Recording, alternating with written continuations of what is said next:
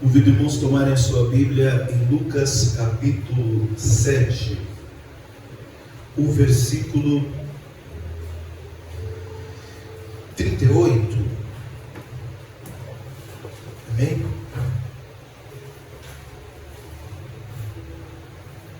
Melhor, Lucas capítulo 7, versículo 36. Lucas capítulo 7, versículo 36. Eu creio que é uma palavra conhecida, mas o Senhor tem algo a falar ao nosso coração nesta noite. Amém, igreja? Quem está aberto para receber, diz glória a Deus. Glória a Deus. Amém. Lucas capítulo 7, versículo 36. Vamos ao texto. E rogou-lhe um dos fariseus que comesse com ele. E entrando em casa do fariseu, assentou-se à mesa. E eis que uma mulher da cidade, uma pecadora, sabendo que ele estava em casa do fariseu, levou um vaso de alabastro com unguento.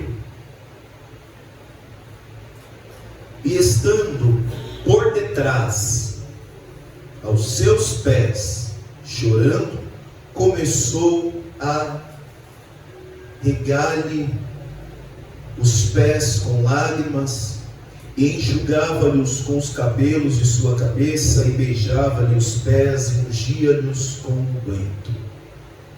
Enquanto isso, viu o fariseu que o tinha convidado. Falava consigo, dizendo: se este fosse profeta, bem saberia quem e qual é a mulher que lhe tocou, pois é uma pecadora. Versículo 40. E depois Jesus disse-lhe: Simão, uma coisa tenho a dizer-te. E ele disse: dize a mestre. Certo credor tinha 2 devedores. Um devia-lhe 500 dinheiros e outro 50. E não tendo eles com que pagar, perdoou-lhe a ambos. Dize, pois, qual deles o amará mais? E Simão respondendo disse: tenho para mim que é aquele a quem mais perdoou. E ele lhe disse: julgaste bem. E voltando-se para a mulher, disse a Simão: vês tu esta mulher? Entrei em tua casa e não me deste água para os pés, mas esta regou-me os pés com lágrimas e nos enxugou com seus cabelos. Não me deste ósculo, mas essa, desde que entrou, não tem cessado de me beijar os pés. Não me ungiste a cabeça com óleo, mas esta ungiu-me os pés com unguento. Por isso te digo que os seus muitos pecados lhe serão perdoados, porque muito amou. Mas aquele a quem pouco é perdoado, pouco ama. E disse-lhe a ela: os teus pecados estão perdoados. Vamos repetir: os teus pecados estão perdoados. E os que estavam à mesa começaram a dizer entre si: quem é este que até perdoa pecados? E disse a mulher: a tua fé te salvou, vai em paz. Aleluia! Glória a Deus, meus irmãos. Aleluia. Irmãos, essa passagem ela se confunde muito com uma passagem que se encontra em João, no Evangelho de Mateus e Marcos, quando Maria vai em Betânia na casa de Lázaro, o leproso, e lá Maria tem a mesma atitude desta mulher, onde ela toma um vaso de alabastro, quebra o vaso de alabastro e unge Jesus. E no meio ali daquela unção, tio, eles ficam questionando, falando: nossa, que desperdício, podia ter pegado, esse perfume e ter vendido. Quem estava falando isso era Judas, porque Judas estava querendo vender o perfume e ter dinheiro. Então, quando nós olhamos para este texto, às vezes nós confundimos. O detalhe é, a pergunta: quem era essa mulher? A gente não sabe. Lucas, aliás, Essa passagem só tem no livro de Lucas. Não confundam com a de Mateus, a de Marcos, a de João. Amém, irmãos? Lá está se passando em Betânia e lá tem o nome é Maria, que está ungindo os pés.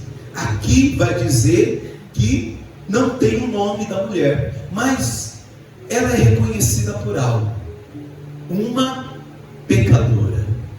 O que dá a entender então que o pecado dela era um pecado conhecido pela sociedade. E aonde essa mulher entrava, onde essa mulher ela ia, é como se ela tivesse um X nas costas dela. Pouco importava o nome, pouco importava a história, pouco importava até o desejo dessa mulher em conhecer Jesus, em sentar em uma mesa com esse Jesus. Quando o pecado dela era conhecido por todos, aonde ela passava, ela era chamada de a pecadora. E dura coisa é, meus irmãos, quando o nosso nome é substituído pelo pecado que nós cometemos. Já ouviu? Lá vai o pinguço, lá vai o noia, lá vai a prostituta. E o nosso Deus, como nós aprendemos hoje de manhã na Itaquá, é um Deus de relacionamento, Sara, que Ele sempre vai nos chamar de filhos, porque diante dele é o que nós somos filhos dele. Vai dizer a palavra que um fariseu chama Jesus para comer na casa dele.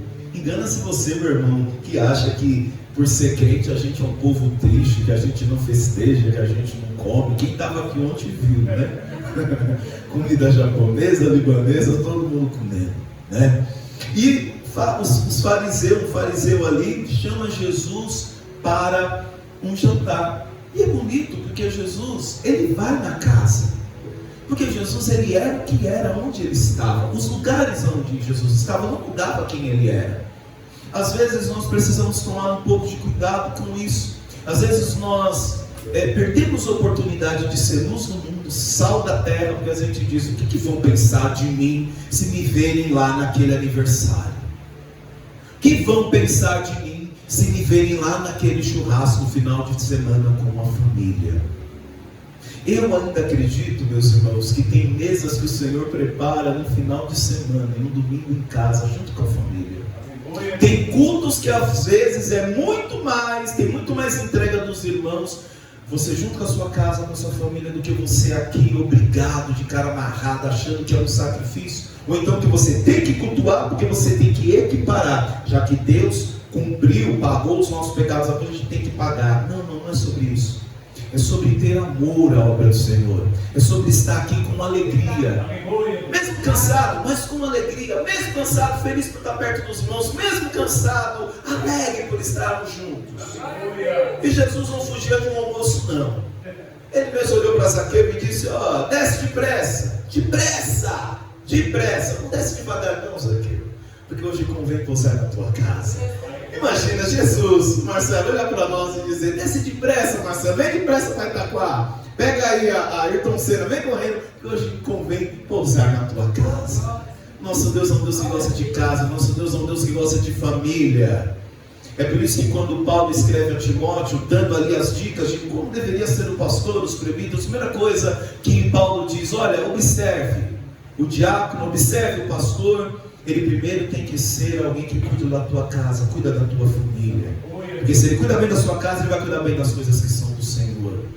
Sou pastor, mas eu não posso esquecer que o meu primeiro ministério é a minha família. Não sei porque Deus está mandando dizer isso. Meu irmão, olha mais para a tua casa, olha mais para a tua família. Aleluia. Quem era o fariseu? Na Bíblia os fariseus eram um grupo de judeus. Tinham vários grupos judaicos na época. Um deles eram os fariseus. E os fariseus eles eram muito literalistas. Eles estudavam muito, eles tinham muito afinco às escrituras, porém eles eram muito literalistas. Então é esse grupo que chama Jesus para jantar. Faço novamente a pergunta: quem era a mulher? Uma pecadora, não tinha nome, não tinha identidade. Mas calma, Jesus está chegando para mudar a identidade. Amém, irmão? Glória a Deus. Porque eu creio nesse evangelho. Creio nesse evangelho, evangelho que restaura, o evangelho de que aquele que bebe não bebe mais, aquele que se prostituía não se prostitui mais, aquele que rouba deixa de roubar, como diz a palavra de Efésios, e passa a trabalhar para sustentar o outro. Esse evangelho que eu creio, tio. É bom a gente estar junto aqui, mas eu creio no evangelho da mudança. A mudança que quem olha para você fala: não é possível que a Cris está tão diferente, não é possível que a Sara está tão diferente. Aí você fala: é Jesus de Nazaré. Vai conhecer esse Jesus. Imagina o cenário: os fariseus muito preocupados com os ritos, com as formas até de purificar os objetos, porque não sei se vocês sabem, os fariseus coavam a água no pano para que um mosquito eles não viesse engolir. Os fariseus que guardavam o Shabat, os fariseus que limpavam bem os utensílios. É nesse contexto que chama Jesus para jantar. Aí, aquela que é conhecida por todos, que não tem identidade, vem seguindo Jesus e entra na casa do fariseu. Aquela que não tem identidade, entra na casa do fariseu, se põe à mesa. Ela primeiro vem por detrás, e só o ato, meus irmãos, dela vir por detrás, que é o versículo 38, vem aí: estando por detrás. Isso me ensina muita coisa, que a fé humilde, ela começa nas pequenas coisas. A verdadeira adoração não é a adoração barulhenta, não é a adoração que vai incomodar o outro, mas é a adoração que chega por detrás, mas é sincera.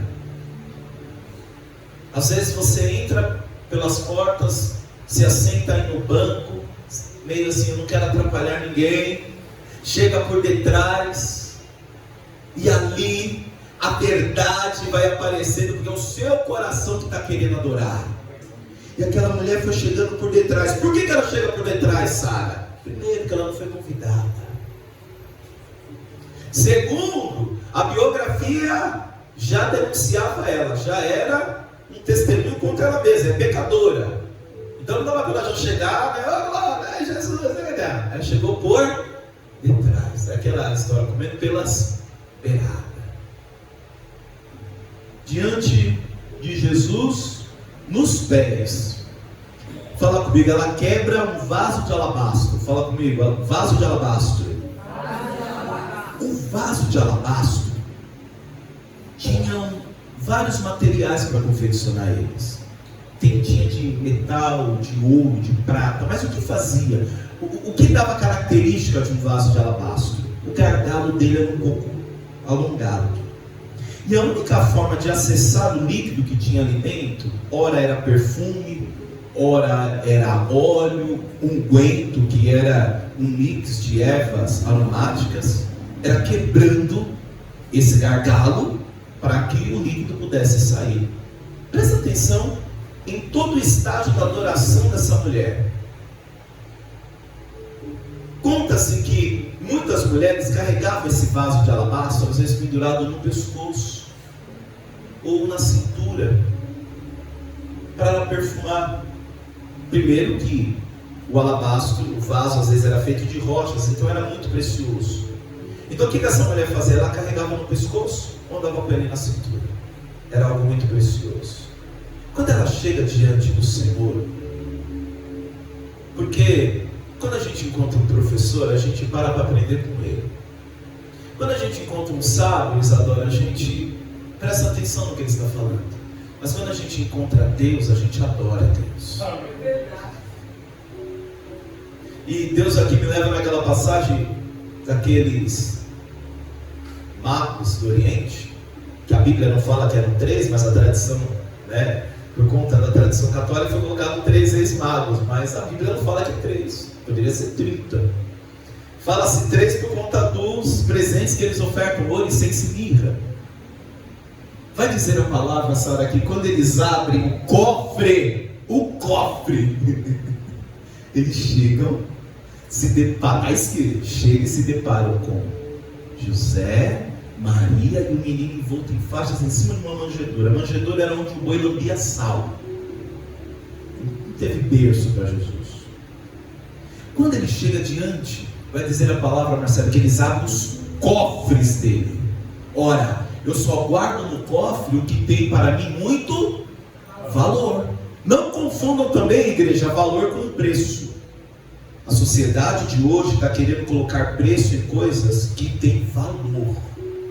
Família tem valor, família não tem preço. Vida tem valor, vida não tem preço.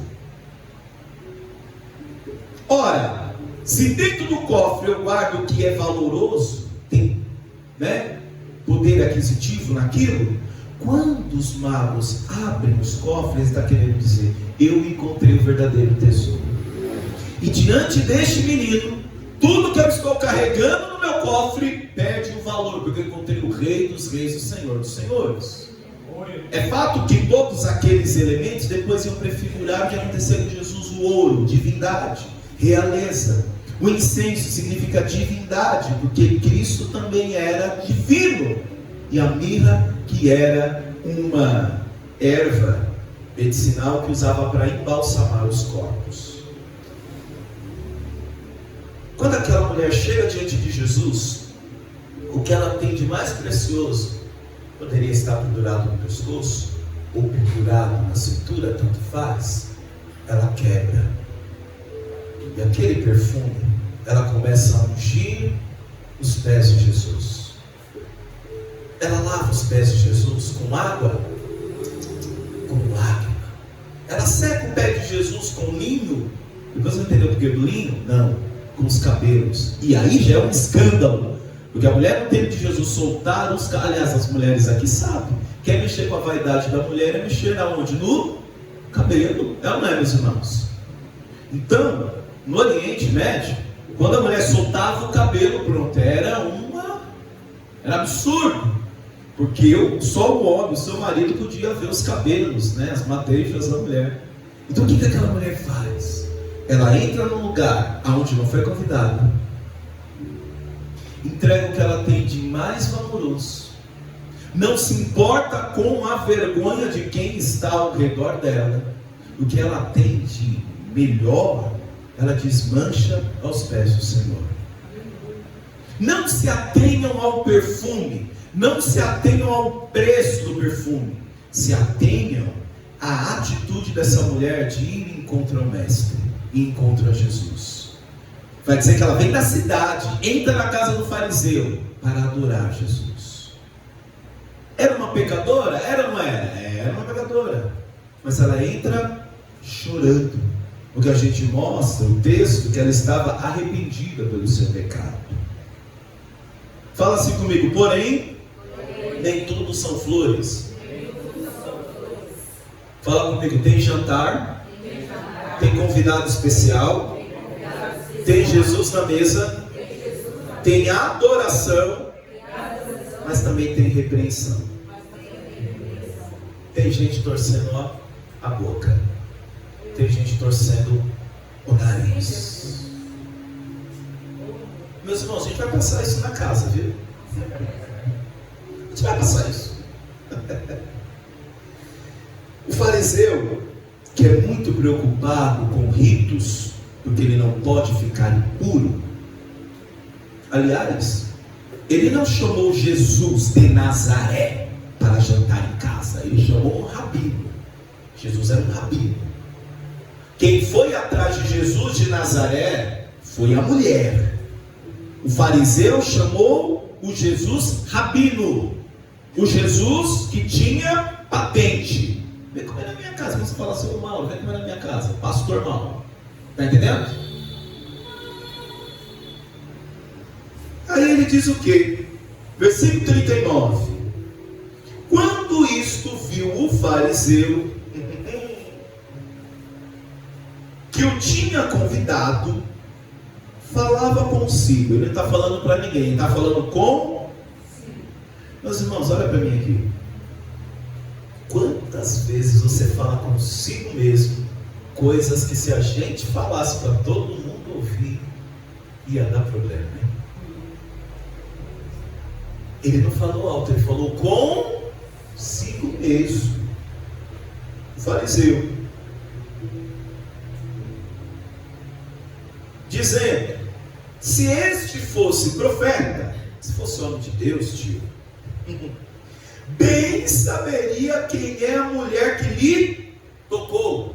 Vamos lá. se a mulher pecadora poderia estar tocando em um rabino, em um judeu? Não, por quê? Porque senão a pessoa ficaria impura. Mas para Jesus tanto faz, meu irmão. Jesus é santo, nada deixa ele impuro. Jesus chega nas portas da cidade de Naim. Já expliquei, os mortos eram enterrados fora, porque judeu não pode tocar em morto, porque se toca em morto fica o quê? Impuro. Por isso Jesus chega na porta. Aquela mulher já estava achando: enterrei meu marido, agora vou enterrar meu filho. Já tiraram o corpo, já começaram a cantar os cantos fúnebres, o cortejo já está armado, estão chegando no portão. Já era, está chegando alguém para mudar a história. Jesus de Nazaré. Jesus de Nazaré chega, minha irmã, e toca no esquife. Vai dizer que o cortejo para. Por que o cortejo para? Meu Deus, ele tocou no esquife. Jesus podia tocar no esquife, meus irmãos, sendo judeu? Sim ou não? Para Jesus tanto faz. Jesus tocar no esquife não mudava quem era Jesus. Mas quando Jesus tocava no esquife, mudou quem estava dentro do esquife. Quem estava dentro do caixão mudou. E aí, o fariseu que está dando o banquete vira e fala: olha, se ele fosse profeta mesmo, ele não deixaria essa mulher tocar nela, não. Aí ele propõe uma parábola de perdão, de misericórdia. Fala de uma dívida, né? Como todo bom rabino, usa da parábola, usa da situação do dia a dia para ensinar. Vocês repararam isso? Como mestre, porque ele vira e fala, versículo 40, respondendo, Jesus disse: Simão, uma coisa tenho a dizer-te. O que ele diz para Jesus? Dize-a, está aí?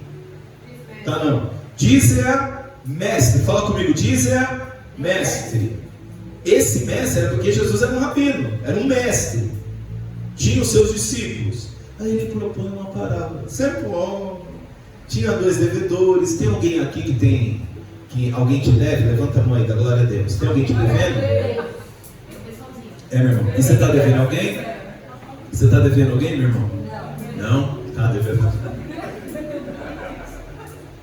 É lindo a oração do Pai Nosso, né? Porque a oração do Pai Nosso, ela nos orienta para a realidade. Primeiro, ela começa dizendo que nós temos um Deus que é Pai. Sim ou não?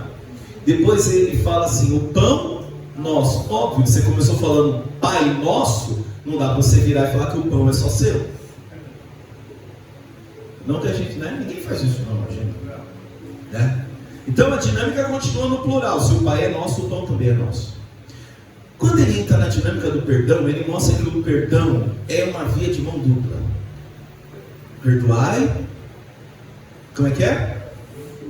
Assim como nós a quem nos tem ofendido. Tem alguém aí que está te devendo? Dá glória a Deus aí. Está devendo alguém, meu irmão?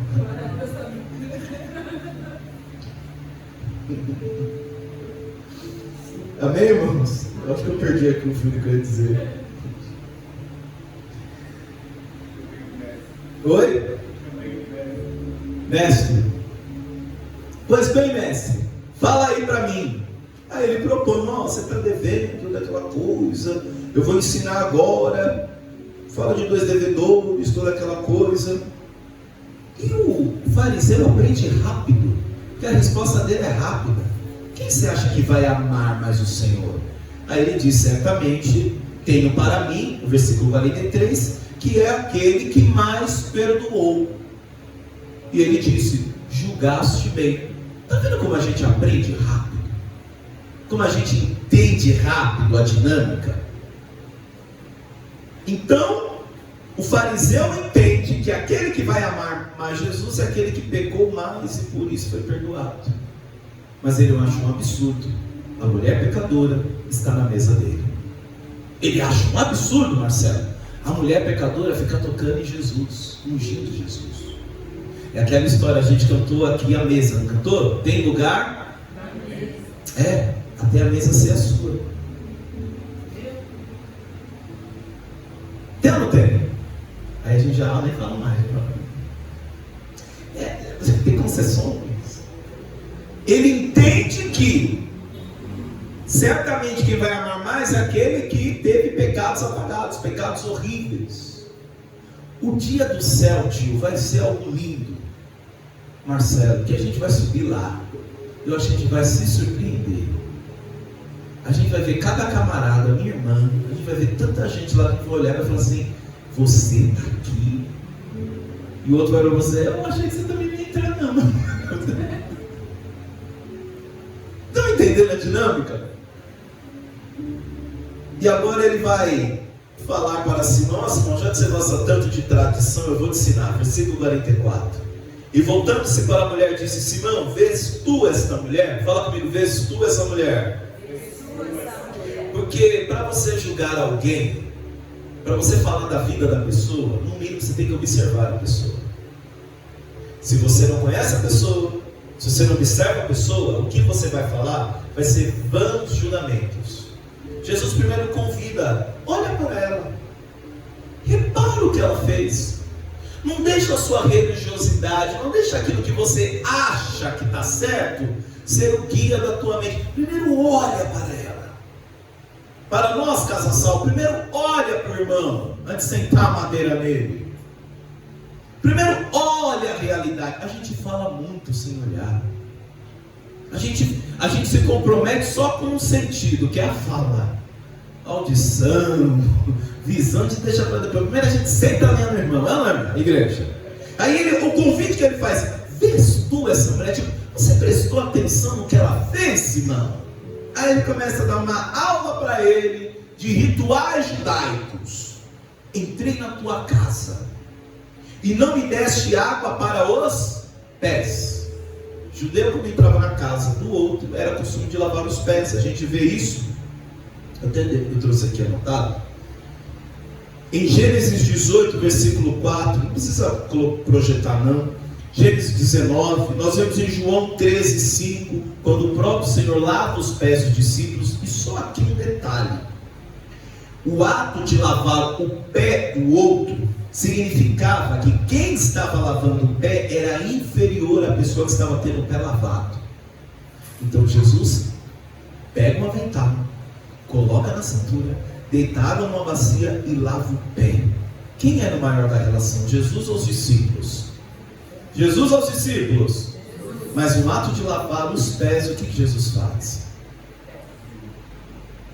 Ele se reclina, ele se abaixa.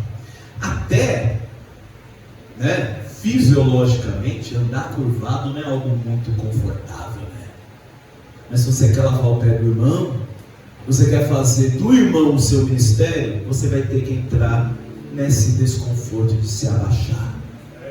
Por duas vezes a bacia aparece no texto bíblico na paixão. Uma é Jesus lavando os pés, a outra é quando Pilatos pede para a bacia vir para ele lavar as mãos e dizer: não tem nada a ver com isso. A bacia está diante de nós, meus irmãos, ou para lavar os pés do irmão, ou para você dizer: não tem nada a ver com isso. Vamos pensar. Ele não lavou os pés como um bom judeu, mas quem lavou os pés de Jesus com lágrima foi aquela mulher pecadora. Não secou o pé como um bom judeu, mas quem secou os pés foi a mulher pecadora. Estou falando pecadora porque o texto diz pecadora. Versículo 45: não me deste ósculo. Sabe o que é ósculo? O judeu, quando se encontrava, ele encostava a bochecha um no outro. E quando era um rabino, a cultura, Marcelo, era de esperar ele entrar na porta e todo mundo beijar a mão. E aí ele disse: você me deu ósculo, que é o versículo 45. Mas esta, desde que entrou, não tem cessado de me beijar os pés. Se colocou como dependente. Não é vão ungir a cabeça, não sou digno. Eu vou ungir os teus pés. Porque, aliás, meu irmão, não tem grau maior que a gente vai chegar senão os pés do Senhor. Você pode lutar o que for, você não vai conseguir. Até teve um camarada que estava no céu, você não sabe quem é, que ele falou assim: vou fazer um trono, né? Ele falou isso, né? Vou fazer um trono acima.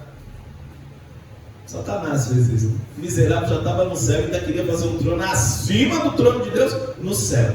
A gente nunca está feliz com o que a gente tem, meus irmãos. E ele continua, 46, não me ungiste a cabeça com óleo, mas esta ungiu meus pés com unguento. Moral da história, meus irmãos, Deus ainda continua acolhendo a adoração daqueles que a gente menos imagina. Deus continua acolhendo lágrimas, Deus continua acolhendo choro, Deus continua ainda vendo a motivação do teu coração. Talvez, irmã Cris, a etiqueta judaica na época não achou muito bonito, não foi de bom tom o que aquela mulher fez, soltar o cabelo, molhar os pés de um rabino com lágrimas. Mas essa foi a forma dela de adorar. Foi essa forma dela dizer: Senhor, eu preciso de Ti. E o final é lindo, porque Jesus olha para a mulher e diz o quê? Teus pecados estão? Se ela era conhecida como uma mulher pecadora, a partir de agora, Jesus fez assim: eu estou rasgando essa sua certidão de nascimento, esse seu RG, que está lá escrito o nome de pecadora, estou rasgando. O único que ia poder tirar o pecado dela, Jesus fez: ninguém mais vai te chamar de pecadora, porque eu estou rasgando essa certidão, estou te dando uma nova certidão, com a certidão de filha de Deus. E o que ele convida para aquela mulher? Vai em paz. Muito parecido com a leitura, pregação que eu fiz hoje de manhã em Taquara. Eu desconfio de um encontro com Jesus, que depois dele você não caminhe em paz. O verdadeiro encontro com Jesus não é uma coleira no seu pescoço. Pastor, eu senti um chamado de agora participar da videira. Ah, meu irmão, vai com Deus. Você não tem uma coleira ligada ao pastor. Nós somos chamados em nome de Jesus dizer para as mulheres pecadoras, para os leprosos, para as mulheres com fluxo de sangue: vai, tua fé te salvou. Vai, caminha, vive um propósito. Se você não podia entrar em lugares porque olhavam para você e o codinome era pecadora, eu estou rasgando essa certidão e te dando nome de filho. Vai, caminha. Não é o rito judaico que purificou aquela mulher. Não foi a religião que purificou aquela mulher. Quem tirou o pecado daquela mulher foi Jesus. E a gente precisa gritar isso nos quatro ventos, meu irmão. Eu não prego religiosidade, eu prego Jesus de Nazaré. Aquele que muda história. Aquele que convida você a mudar. Aleluia. Aquele que consegue interpretar uma oração, Marcelo, mesmo em meio a choro, mesmo em meio a lágrimas, mesmo em meio a lágrimas. Talvez é choro, é gritaria, mas para o irmão é um pedido de socorro. Amém, igreja? Vamos nos colocar de pé? Deus é bom.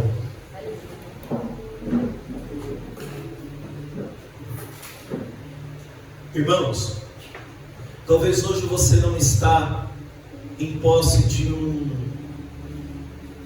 vasinho de alabastro com perfume. Fala um perfume caro aí que vocês usam. O pessoal aqui usa perfume caro. O meu é caro, eu uso vodka, R$60 no perfume. Qual perfume que você usa, mano? Fala um perfume caro. Porque assim já dá muito mal isso aí, né? Fala um perfume aí, sei lá, Carolina Herrera, é caro, né? Tudo marca que eu só sei, mas não uso. Juan Chu, misericórdia, não estou usando nem o Chu, nem o One, nada. Talvez hoje você não está em posse como aquela mulher de um vidrinho. Pode vir, ministério. Vem aqui pelas beirinhas. Talvez hoje você não está em posse de um vidrinho de perfume. Mas o vidrinho de alabastro é apenas uma forma de prefigurar algo valioso. Que quando você encontra esse vidro, você diz: eu encontrei o verdadeiro tesouro. Aquela mulher se desmanchou na presença de Jesus, porque só Jesus tinha a resposta para aquela mulher. Isso é sério. Veja com quem você está abrindo a tua vida. Não fala das suas feridas, irmã Cris, dos seus problemas, suas dificuldades para quem não pode resolvê-las. Aquela mulher se desmanchou na presença de quem podia rasgar a identidade dela de pecadora e dar para ela a identidade de filho. Dependendo da pessoa que você falar dos seus pecados, Quando você sair, ela só vai dizer: lá vai o pecador, lá vai a pecadora. Poucos são os encontros que mudam a rota da nossa história. Poucas são as pessoas que trazem uma palavra de restauração para a nossa vida. E essa palavra só Ele tem. Aonde iremos nós? Só Tu, Senhor, tem palavras de vida eterna. Meu irmão, minha irmã, toma posse nessa noite. Deus está rasgando nessa noite certidões falidas. Aleluia. Deus está jogando por terra estereótipos nesta noite. Deus está jogando por terra inferioridade no nosso meio. Você é filho e filha de Deus. Tem uma nova história com o Senhor. A palavra mais forte que aquela mulher poderia ouvir não veio do judaísmo, não veio das regras de etiqueta judaica. Ela ouviu da boca de Jesus: vai em paz. Teu pecado, aquilo que te ancorava, aquilo que te parava, aquilo que te prendia, aquilo que lhe causava vergonha, medo, dor, foi tirado nesta noite em nome de Jesus. Amém, irmãos? Glória a Deus.